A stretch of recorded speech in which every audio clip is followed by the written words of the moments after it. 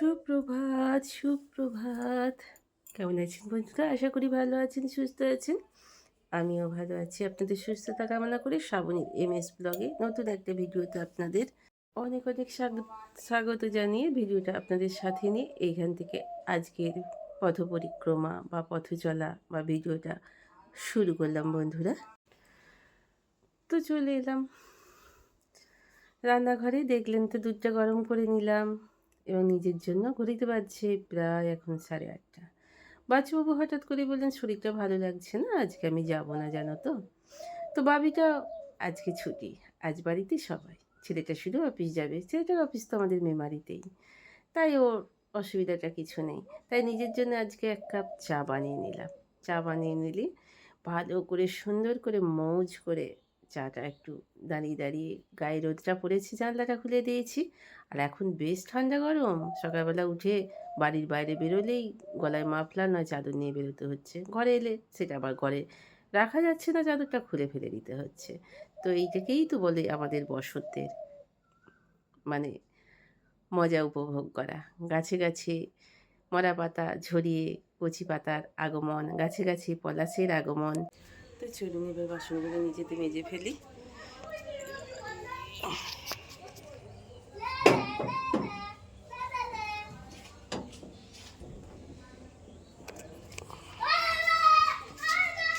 পাশের বাড়ি বাচ্চা ছেলেটা খেলা করছে হই হই করে, ওর বাবাটা নেই, মারা গেছে জানেন তো। দেখলে কি মায়া লাগে। আহা, কি সুন্দর দেখছি বেবিটাকে। দেখি চিৎকার করছে। বাচ্চাদের চিৎকার কোলাহল সবসময়ের জন্যই আমাদের মজুর লাগে, কি বলুন বন্ধুরা। দেখেছেন খাঁচা থেকে কোকো বুড়োটা। আজকের আমার নীলু গাছে ফুল আসেনি, ওই দেখুন স্থলপদ্মের একটা ফুল আসবে।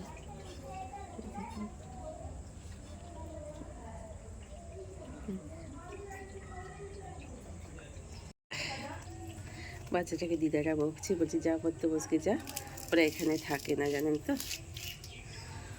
তো প্রতিবেশীদের কথা কেন বলছি, প্রতিবেশী নিয়েই তো আমাদের জগৎ, পাড়া প্রতিবেশী বন্ধু বান্ধব আপনাদের সকলকে নিয়েই আমাদের জীবন, লাইফ। একটা নিজের পরিবার নিয়ে কখনো লাইফ তৈরি হয় না, পরিবার একা নিয়ে থাকাও যায় না। পরিবার পরিজন যেমন আমাদের জীবন সংসারে, সংসার জীবনে অনেক অনেক ম্যাটার করে, তো তেমনি প্রতিবেশীদেরও অনেক সময় আমাদের জীবনে ম্যাটার করে। অনেক সময় প্রতিবেশীরাই অনেক দায়ে বিপদে ছুটে আসেন, লক্ষ্য করেন বাড়িতে আমি একা আছি। আমি উপভোগ করেছিলাম অনেক কিছু প্রতিবেশী নিয়ে, আবার প্রতিবেশী হয় অনেক যন্ত্রণার কারণ। তাই কাউকে ফেলে দেওয়াও না, আবার ধরে রাখারও নয়, সবাইকে মানিয়ে নিয়েই আমাদের জীবন, আমাদের এইভাবেই কাটাতে হয়।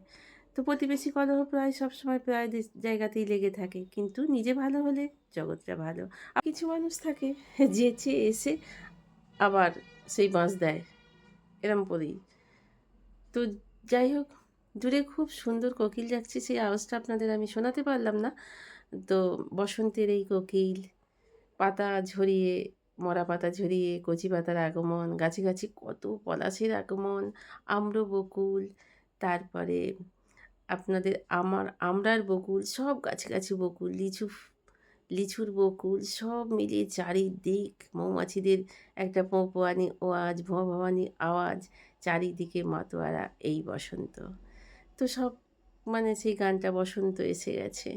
তো সত্যিই বসন্ত এসে গেছে, বসন্তের ভালোবাসা, বসন্তই প্রেম, বসন্তই অনেক কিছু, বসন্তই অনেক কিছু বিরহের কারণ। বহু কষ্ট করে এই টিভিটা কিনলাম জানেন তো। আগের যে টিভিটা ছিল ফ্ল্যাট টিভি ছিল, আমার স্মার্ট টিভি ছিল না, এখানে এসেই ফ্ল্যাট টিভিটা হলো। তো সব জিনিসেরই, পুরনো জিনিস বলুন আর নতুন জিনিসই বলুন, সব জিনিসটাই আমার কাছে কি বলুন তো ম্যাটার করে। সব জিনিসই আমি যত্ন নিতে পছন্দ করি, যে জিনিসটাই হোক। পুরনো জিনিসকে বাদ দিয়ে দেবো বললে আমার মনের ভেতরে বহুত কষ্ট হয়, বহুত যন্ত্রণা হয়, কারণ অনেক কষ্ট করেছি তো বন্ধুরা সংসারে, অপরিসীম খেটে দুটো টিউশনি পড়িয়ে, হাঁস মুরগি পালন করে, ছাগল করে, গরু করে, গাই ধুয়ে, অনেক কিছু করেই তো করি।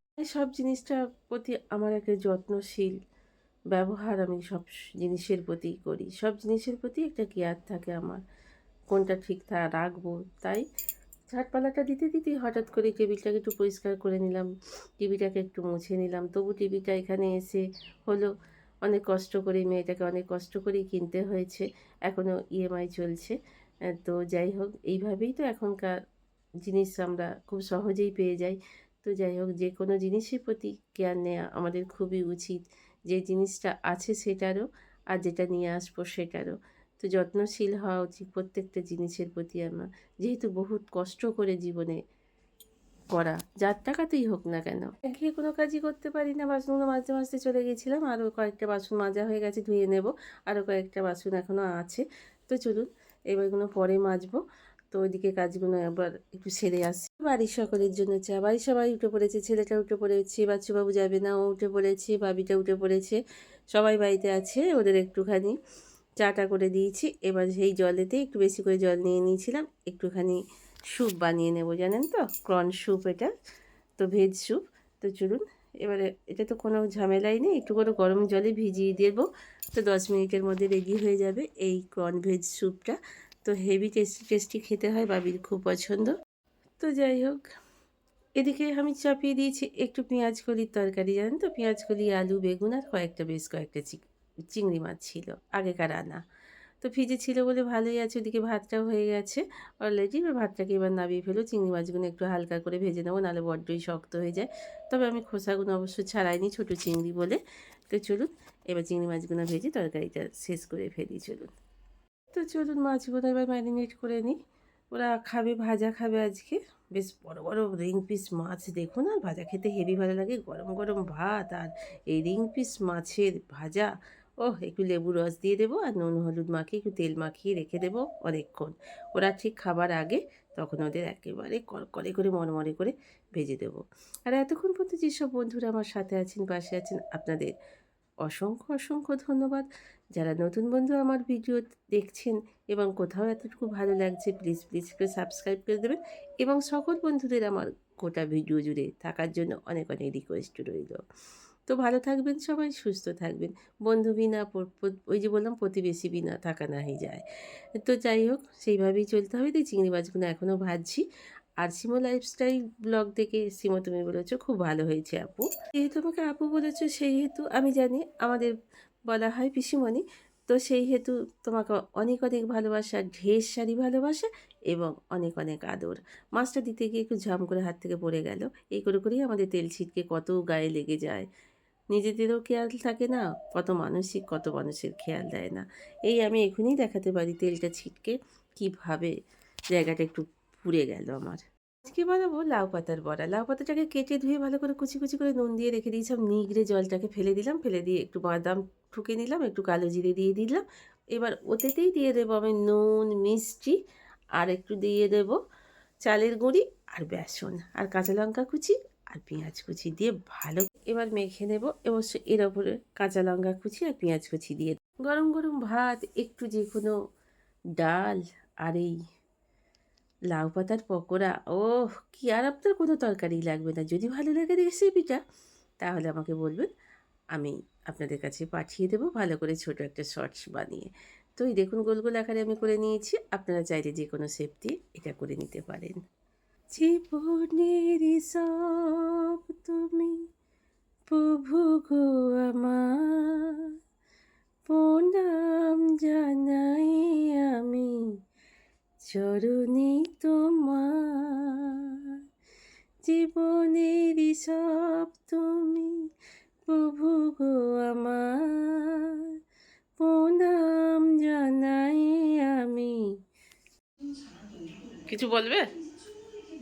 এটা হচ্ছে আগেকার দিনের স্টাইল। একটু দাও, সামনেটা ঘোরো। ভাবি যাচ্ছে এখন বিয়ে বাড়িতে। তো সেই বিয়ে বাড়ির লুক এটা। তো কেমন হয়েছে বন্ধুরা, কালকে আমাকে একটু কমেন্টে বলবেন।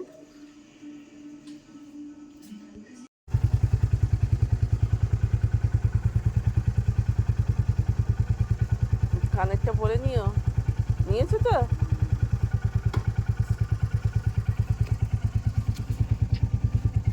দুর্গা দুর্গা,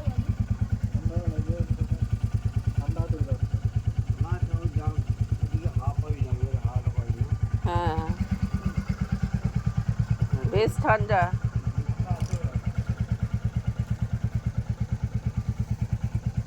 হুম, দুগ্গা দুগ্গা।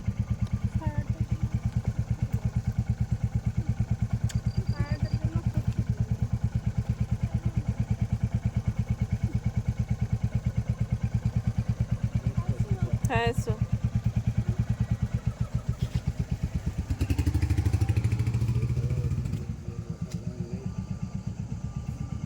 দুগ্গা দুগ্গা। গুড ইভিনিং বন্ধুরা, সবাই কেমন আছেন, কি করছেন? আমার তো বেলাকার ভাত আর তরকারি আছে, পেঁয়াজ কলির তরকারি চিংড়ি মাছ দিয়ে করেছিলাম। তো আর এবেলা এক পিস মাছের ঝাল করে নিচ্ছি, ওই দিয়ে আমাদের হয়ে যাবে। ছেলেটার জন্য রুটি করবো, একটু ডিম ভেজে দেবো, ওই দিয়ে ওর হয়ে যাবে। বোঁদে আছে কালকে, আর মেয়েটা গেছে বিয়ে বাড়ি। তো চলুন বন্ধুরা, এবার খাওয়া দাওয়াটা শেষ করে নিই। বাচ্চাবাবু আর আমি। বাচ্চাবাবু তো সকাল থেকে অফিস যায়নি, শরীরটা বেশ ভালো নয় বলে। তো চলুন খাওয়া দাওয়াটা আগে শেষ করে নিই।